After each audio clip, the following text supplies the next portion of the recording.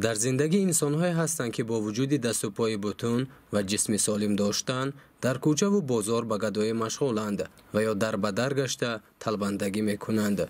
این گونه انسان‌ها کم نیستند، ولی قهرمان امروزه ما زنی است که با وجود دست نداشتن دوزنده ماهر بوده استای کار خود است.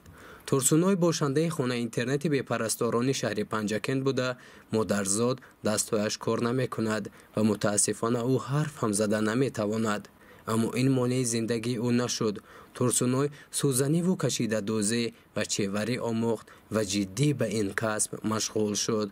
حالا او با دو پایش دوزندگی می کند. سوزنی و کشیده دوزی های او خریداران زیادی پیدا کردند. دیرکتور این مؤسسه به ما گفت که ترسونای بانی پرکار است و لحظه فارغ از کار بودن نمی تواند. همیشه به عمل بند است. او با پایهایش کاری میکند که دیگران با دست کردن نمی توانند. در سال رشد سیاحی در نمایشگاه ها ما همیشه محصول دست ترسونای را به نمایش میگذاریم و همگان به حیرت می آیند.